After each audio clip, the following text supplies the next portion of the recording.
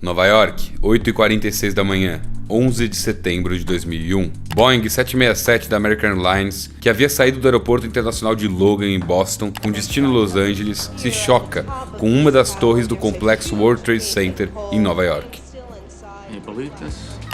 Essa foi uma mudança de percurso que alterou a história do mundo. Hoje, falaremos do maior atentado terrorista da história dos Estados Unidos, o atentado de 11 de setembro de 2001, um dia que nunca acabou.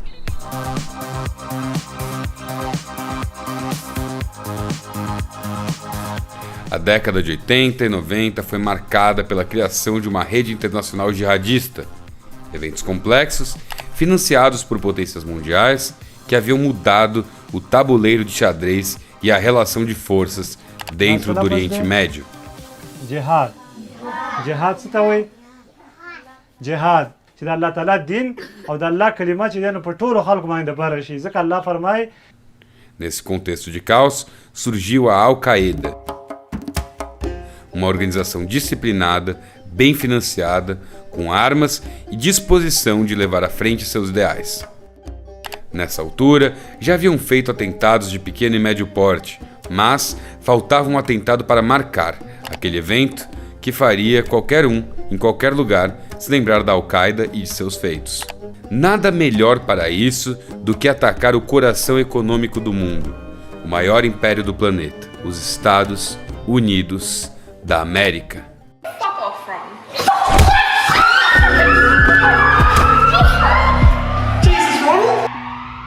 Mas como fazer isso? Atacar um país distante e poderoso, com uma enorme rede de espionagem e que estava ciente da própria rede de Osama, antigos associados. Bom, vamos lá.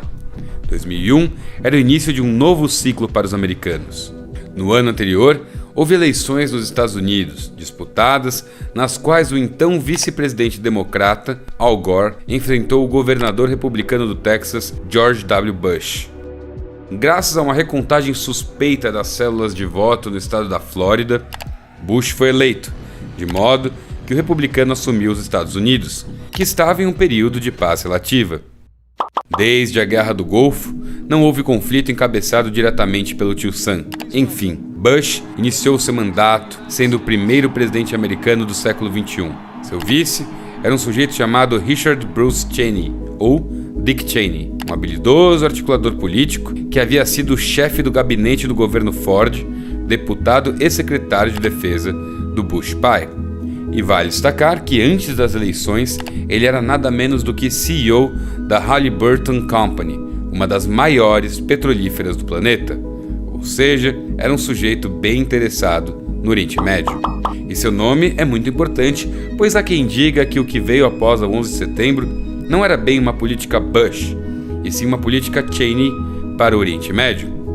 Muito bem, Bush e Cheney tinham juntos um perfil discreto e as coisas até aquele ponto iam muito bem, até que chegou setembro de 2001.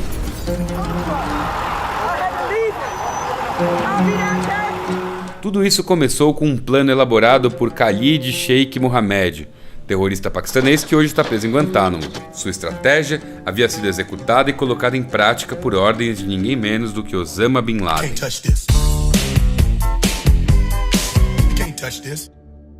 Khalid havia feito uma busca detalhada estudando o sistema de segurança americano e apresentando nomes para Bin Laden. 19 terroristas com conhecimentos dos processos internos americanos e que falavam inglês foram selecionados. O plano era o seguinte: embarcar nos voos 11, Boston-LA, 77, Washington-LA, 175, Boston-LA, todos da American Airlines e o voo 93, de Newark a São Francisco. Sequestrá-los e os lançar contra alvos simbólicos dos Estados Unidos. Osama achou o plano ousado e decidiu seguir em frente.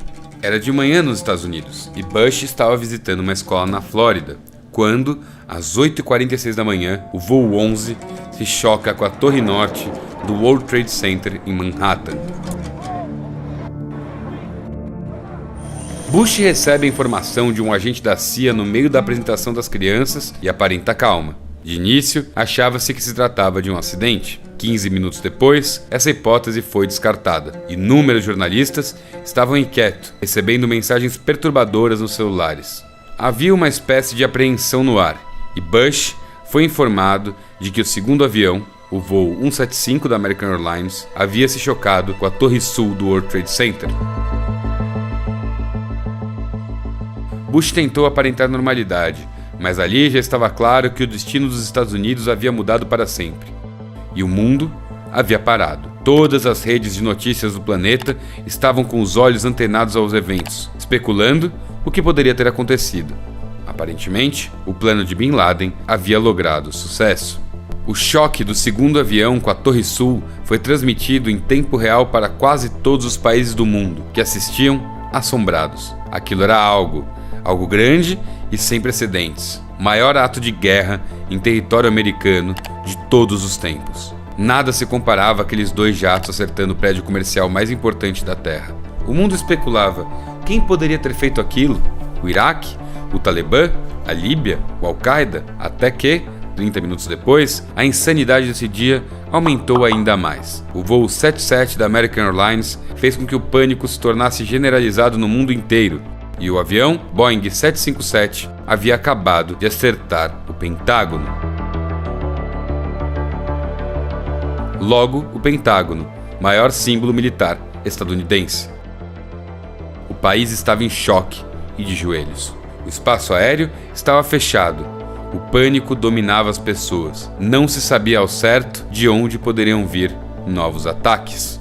Até que meia hora depois, outra notícia perturbadora sai. Um Boeing 757 que estava fazendo o voo 93 da United havia caído em uma área rural em Shanksville, na Pensilvânia. Um ano depois, seria descoberto que esse avião tinha como destino de ataque o Capitólio, o Congresso americano. Só que os passageiros enfrentaram sequestradores e rolou uma briga dentro da aeronave. Os sequestradores então jogaram o avião direto para o chão e os passageiros a partir daí foram tratados como heróis americanos. Cessaram os ataques e logo após esses eventos ficou uma pergunta muito importante no ar. Qual seria a reação do governo dos Estados Unidos? Foi aí que o Bush deu um discurso histórico, absolutamente histórico e que moldaria a atuação dos Estados Unidos para os desafios que viriam. Ele declarou abertamente que aquilo era um ato de guerra contra os Estados Unidos. America and our friends and allies join with all those who want peace and security in the world. And we stand together to win the war against terrorism. Mas aí uma coisa chamou a atenção. Haviam passado poucos dias entre os ataques e o discurso para o Congresso, e lá, Bush já afirmava categoricamente que a Al-Qaeda era responsável pelos ataques do 11 de setembro e que o novo alvo era Osama Bin Laden. Bin Laden, esse que em 2001 não havia admitido ainda a autoria do ataque, coisa que ele faria apenas em 2002. Esse fato já era o suficiente para entender a dinâmica com a qual os Estados Unidos iriam trabalhar sua política externa no Oriente Médio e dali em diante.